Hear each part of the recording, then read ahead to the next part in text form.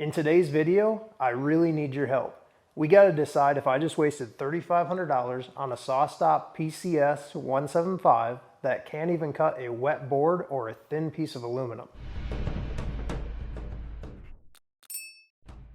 Now both of those things are only half true. If you put the saw in bypass mode, you can cut your finger off if you want to. You can cut a wet board or thin aluminum. You can cut anything you want. So let's talk about how this saw ended up here and if it's worth the money.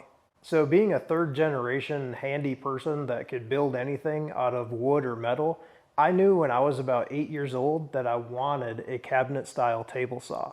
Something that was awesome, that sat in the middle of the shop, that was just a workhorse, a showpiece, an assembly table, you name it, this thing can do it.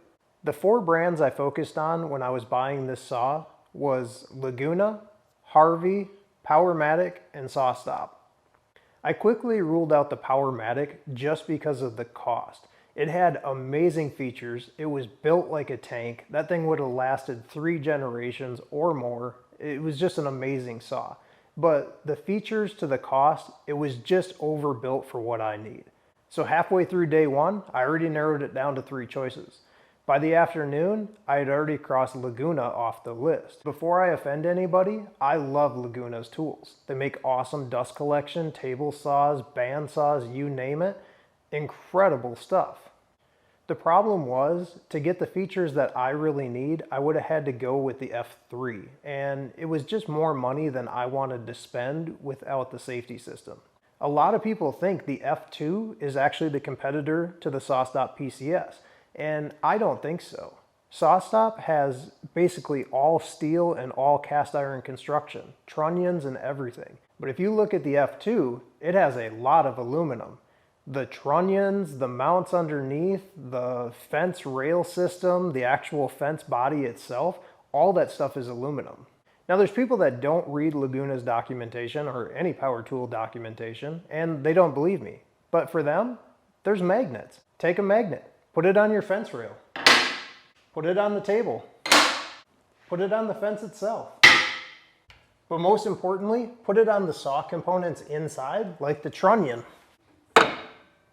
Yeah, that's steel. Now there's nothing wrong with having a saw with cheaper components in it. If it meets your needs and you're upgrading from a job site saw to a F2 or a contractor saw to an F2, that is a monster upgrade. There's nothing wrong with that. I just knew what I wanted, and so it really came down to the Harvey and the SawStop.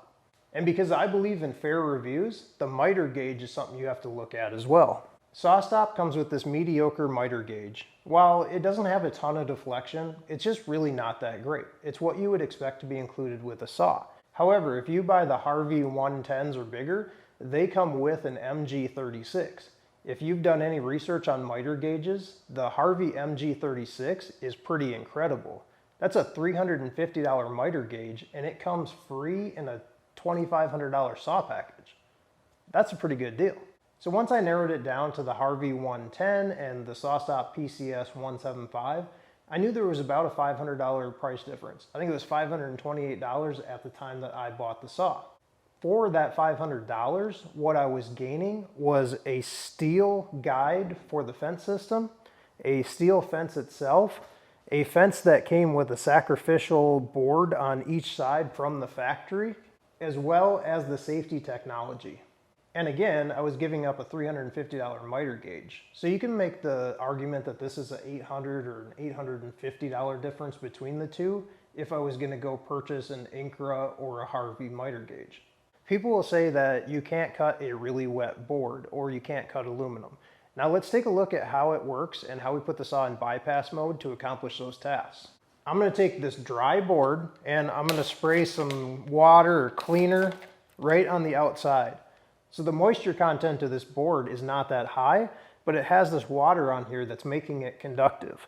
I'll slide this up and touch the blade, and you can see the red light is flashing down here. Now, if that would have happened during an actual cut, it would have retracted the blade, it would have used up a brake cartridge, and it could have even damaged the saw blade itself. Now that's worth it to me because what it's trying to detect is human flesh encountering the blade, and I am all for that. And if it gets it wrong once in a while, that's not a big deal to me. By the same token, if there's a way to prevent it, I need to be smart enough to use my equipment. I'll put the workpiece up to the blade like we just did and see if the red light comes on. Or if I'm using a miter gauge that's aluminum, like this one here, I won't just assume that everything is gonna work. I'll make a dry test pass first and make sure I'm gonna clear the blade. In this case, I contacted the blade and the red light is flashing. That means at this angle, I need to move my miter gauge over just a little bit right here and lock it down. Now we'll repeat that same test and that light is never gonna flash. Now we're good to go and we'll make our cut. If you're cutting aluminum or something conductive, go ahead and shut the bypass off on the saw. And I would say be extra careful, but that's kind of an oxymoron, right? It's a table saw. You're being careful whether you have this technology or not. But in the case of cutting a wet board, is it really worth it? Take your moisture meter, make sure that your board is actually within the moisture content that's acceptable for your project. For me, that's generally between 9 and 11% in my climate. That means it's acclimated with boards that have been in my shop for 2 or 3 years. While I can cut a board that has a lot higher moisture content than that and not even set off the saw's safety system, it's not worth it to me because I know as that wood dries, it's gonna shrink and crack and my project is gonna be destroyed. But if you're bound and determined to cut a wet board and use it in your project, let's take a look at how to do it. So right here in the front of the saw, we have the power panel. This is our main power switch right here. There's one really cool thing about this switch. It actually has a lockout tagout key so that if I'm doing maintenance on the saw, I can take the lockout tagout key with me and there's no way to turn this saw on without it. So how do we activate the safety mode? I'm gonna turn this key over here. I'm gonna wait for this light to flash green for about 2 seconds. I'm gonna turn the saw on and release the key.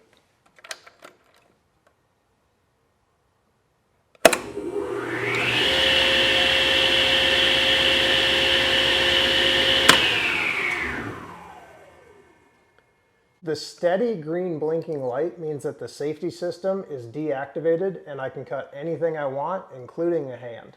The quick flashing green light when I shut this off means that the saw is slowing down, the electronic brake is engaged, and I shouldn't turn off the main power switch. All right, I have fully saturated this board and you'll see that when we touch it to the blade, the red light is gonna start flashing.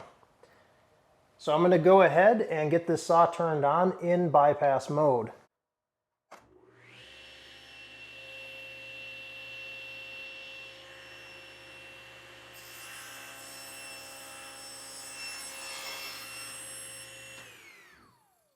You can see that board is wet and you can probably also see how wet the table is from that.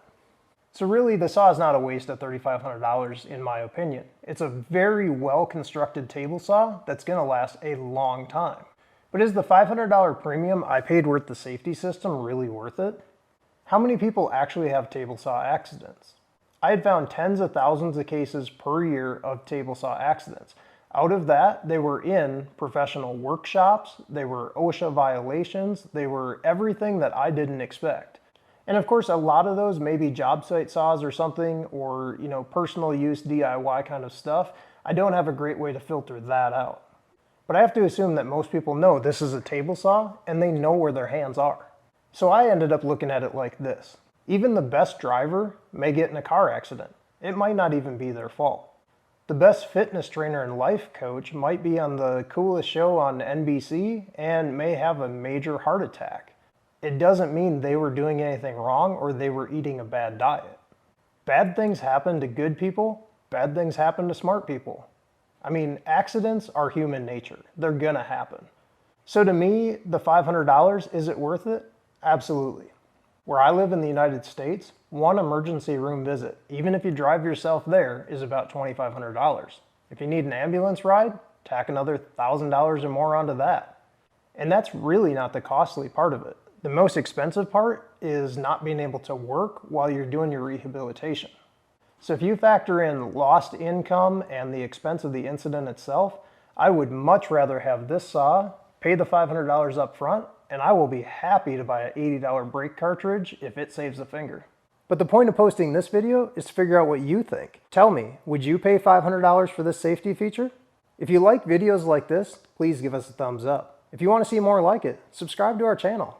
Thanks for watching.